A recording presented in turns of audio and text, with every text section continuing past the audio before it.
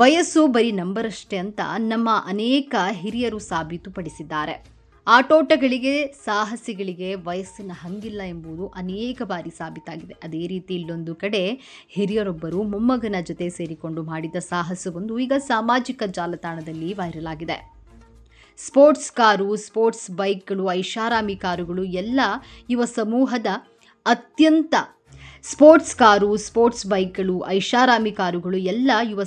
ಅತ್ಯಂತ ಇಷ್ಟದ ಆಕರ್ಷಣೆಗಳು.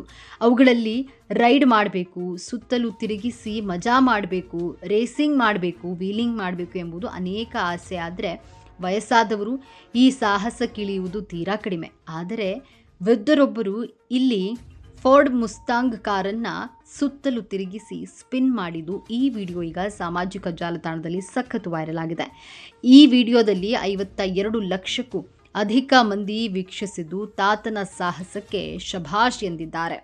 ಒಟ್ಟಿನಲ್ಲಿ ಈ ವಿಡಿಯೋ ಈಗ ಎಲ್ಲೆಡೆ ವೈರಲ್ ಆಗಿದೆ.